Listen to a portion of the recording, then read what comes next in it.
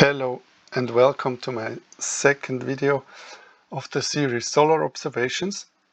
Today we're looking at calcium imaging.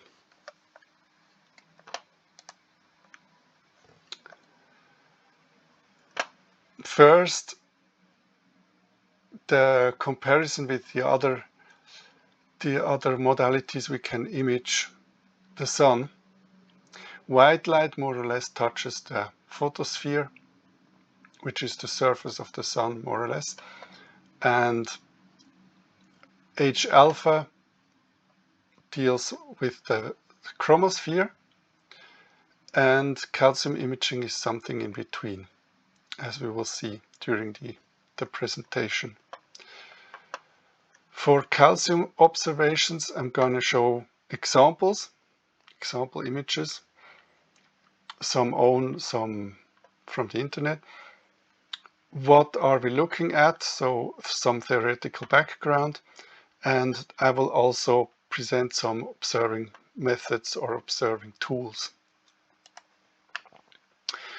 General in solar observation, we are using telescopes like in astronomy in general, but we need filters to be safe. And this is the disclaimer: always protect your eyes, or even better, use cameras.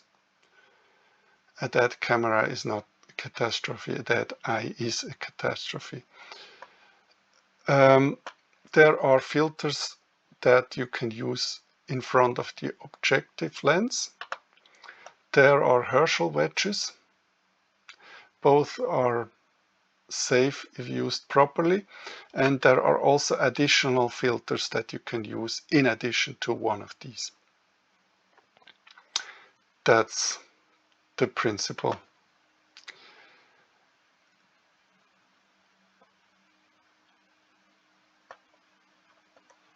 Yeah, I gave you also some observing hints here already. It's good to have short exposure times, sometimes a couple of milliseconds, but sometimes also even a couple of microseconds. And the good thing about this is you can freeze the movement of the atmosphere. So each image is as if the atmosphere wasn't moving, because the image is so fast. Avoid any form of thermics. So if you're in the middle of concrete floors that have heated up quite a bit, you won't see a nice picture of the sun. And make sure the sun is high in the sky. As a rule of thumb, maybe over 45 degrees. This may apply in calcium image even more than in white light or H alpha imaging. This is just an example rig, actually my rig, that is standing around all day long and waiting till I have time to do solar observations. I use a telescope of 80 millimeters diameter and f7. This is more or less a sweet spot, but they can be also smaller or larger. And a simple mount that guides that turns with the day movement of the Earth, but it's very simple, no tracking or anything. And there are some cameras that people are using black and white cameras because they're easier than color cameras. And these are some chips that people use. Then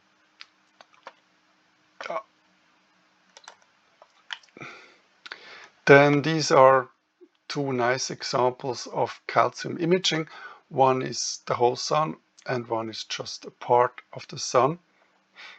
And you can see there are some sunspots, as in white light. But there are also these white things called plages, and they are building networks. And one thing that is less obvious is the supergranulation. So you're always seeing chunks, these violet chunks, and they're relatively large, like this one for example, and there are small rims around them. or here is one of these chunks. They can be considered as supergranulation. And this is different to white light, because in white light you can see the granulation, but not as much these larger structures.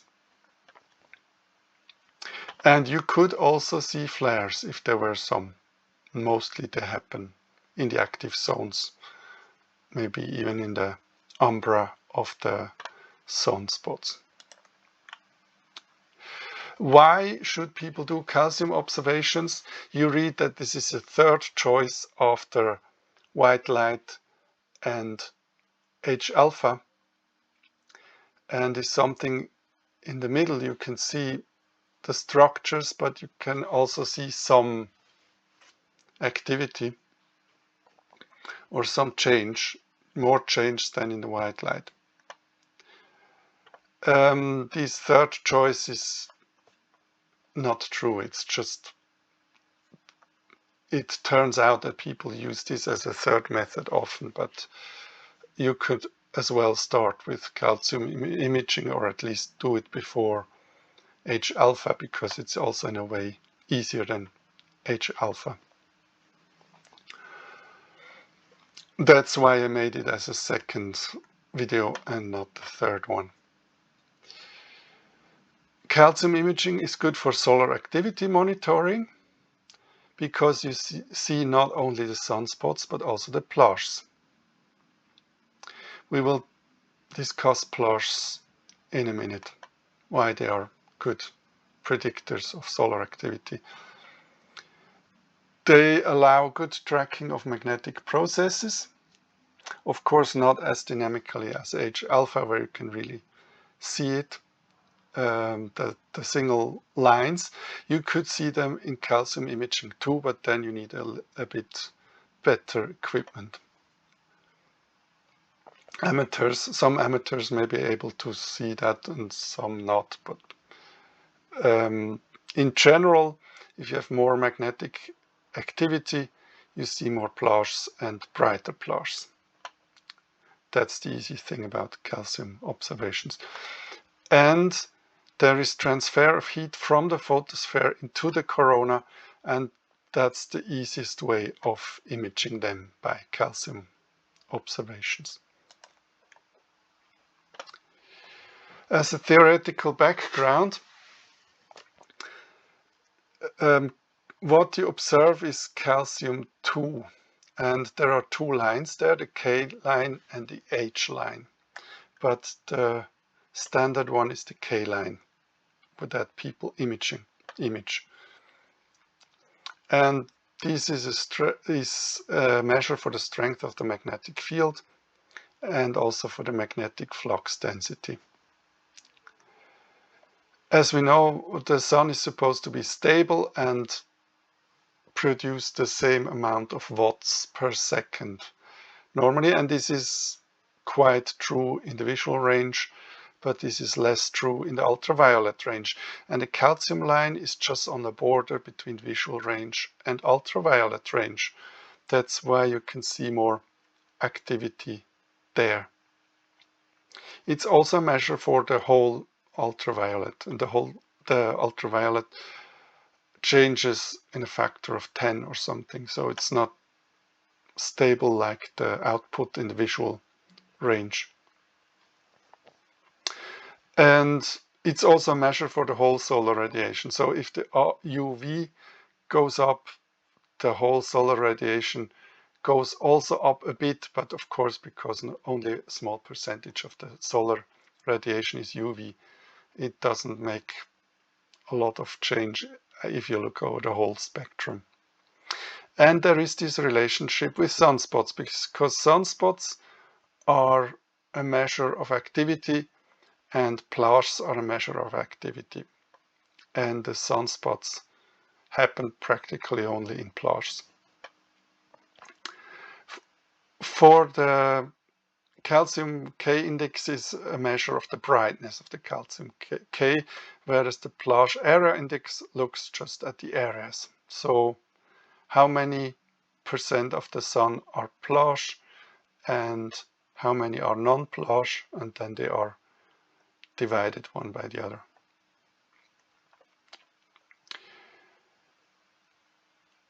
Some people say that calcium ionization is not in an equilibrium but depends on hot shock fronts coming up.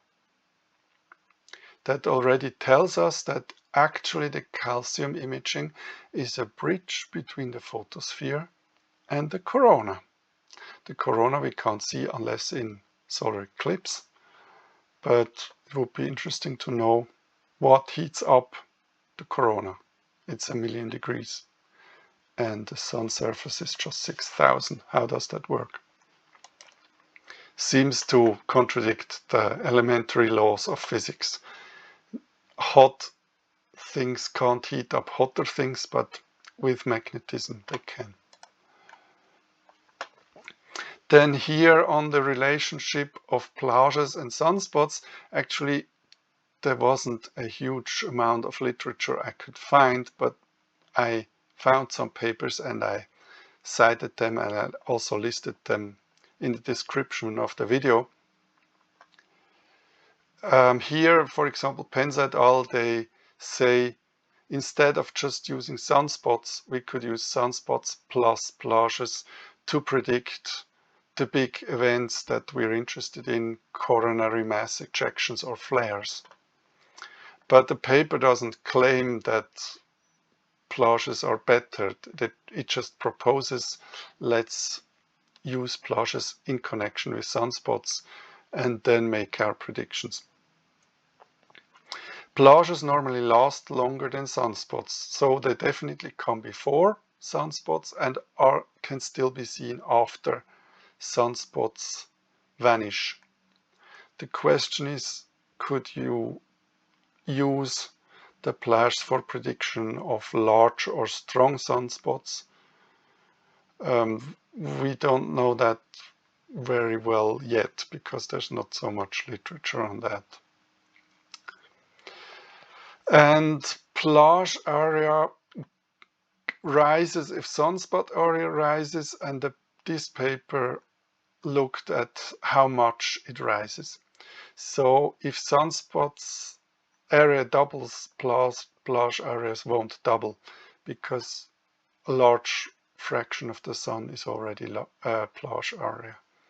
So here it says it goes with a third, a power law of a third. But if you look at sunspot plots over the years and plage spots over the years, they look very similar.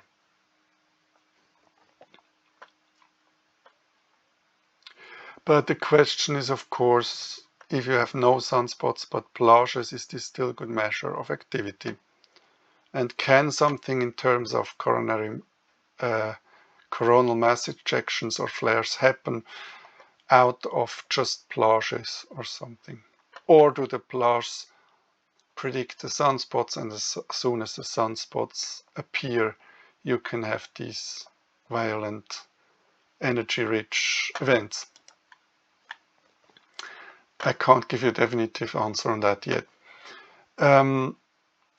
Some theoretical background I found also in this paper by Wurz et al. 2003. Calcium can be found in the corona and in the solar wind. So if you're looking at calcium, you may also look at the corona and the solar wind. Of course, with our filters, we just look at 2 times ionized calcium. Calcium has 2 valence electrodes and 2 times ionized means both are gone of these electrons. Sorry. Here I have some own images in the white light and in the calcium range, calcium K. And for that I use this filter that is in a wedge. So the wedge gets rid of most of the energy and the rest is going through the filter, and then I can use my camera. And this is a relatively broad filter with 3 nanometers. Some are considerably smaller than that. That's why it looks quite similar to the white light image. But still, some things can be seen a lot better. I mean, here you see some plages, but they're much easier to see in the calcium image, also here, because there I don't really see much. And the sunspots are a bit clearer in the white light image than in the calcium image. This is a closer excerpt from this image. So this again is the region around the equator, and the same methods. And here you can see the granulation a bit better, and here the macro granulation, so these chunks that can be separated. Just that you have an idea what you can see if you have a smaller telescope and not such a narrow filter. Here I discuss the technology a little bit. I've shown you that one, which is a 3 angstrom large filter. And there are narrower ones. For example, this one is a lot narrower. That's 5 angstrom actually. So 3 nanometers would be 30 angstroms, and so 5 angstroms is just a sixth of the range. There are also tunable filters. Here one by Daystar Quark. There are also other brands of tunable filters, but they tend to be very expensive. This one costs a bit more than $1,000. But this filter already costs $900. So should I take a narrow conventional filter or should I take a tunable filter? The thing is, once all the filters are interference filters. And the interference filters are pressure and temperature dependent. And with a relatively broad filter, you're never gonna realize this. For example, this one. But once you're using very narrow filters, there's some bad probability that you're gonna miss the line. Whereas with the tunable filter, you can go and look out for the line, even if it has moved a little bit because the filter got hotter or cooler. That's the good thing about tunable filters. So the same thing for H-alpha. There people use more tunable filters. And then what is the difference between calcium K and calcium H? Practically speaking, almost none. The wavelength is very similar, it's just 3 nanometers from each other. Whereas calcium K filter often cuts out the calcium H. The calcium H has historic meaning because people see that better than the calcium K. Even these 3 nanometers make a difference. But I don't recommend you to look visually at calcium anyway. So calcium K is rather the industry standard. There is some atomic physical explanation for these 2 lines. The energy level of the upper state is a bit higher in one of them than in the other. In the H. No, the other way around. Because energy is inversely proportional to the wavelength. But for imaging, calcium K is the standard. Here there are better images of activity zones in the calcium. And here even a solar spot that has these bridges. which normally you need quite a good telescope to see them. And also quiet seeing. So, as a summary, the video is quite long already. Calcium imaging is a good measure for solar activity in general, and also for UV ultraviolet. And ultraviolet, why is it any interesting? Because it influences the Earth's atmosphere and cloud building. And with the cloud building also the greenhouse effect. So normally if you have more ultraviolet, you expect the atmosphere to be closer for infrared and to lead to a hotter climate on the Earth. And also it's a measure for magnetic flux, as we have discussed. And the comparison with sunspots is still going on a little bit. The sunspots are quite easy, especially if you just count them. But always, if you compare observations to other observations, you need some conversion. And this is always a bit difficult in both in sunspots and in plages. It is possible to observe flares, as in white light also. And the better your methods, the better you can see localized phenomena in sunspots also. High spatial resolution is possible with relatively small telescopes. That's what people say, because you're almost in the ultraviolet. The telescope has a bit of a better resolution. But does that help you? I'm not perfectly sure, because the seeing effects are also larger in the blue or in the violet than in the yellow or red. So it's a matter of trying out.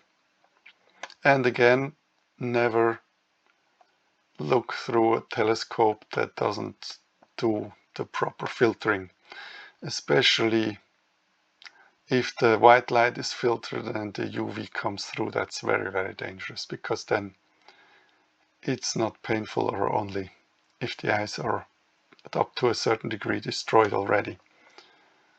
So you just use cameras. It's safer.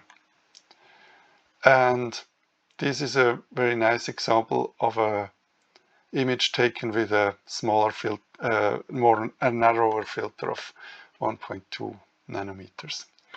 And thanks a lot for the attention.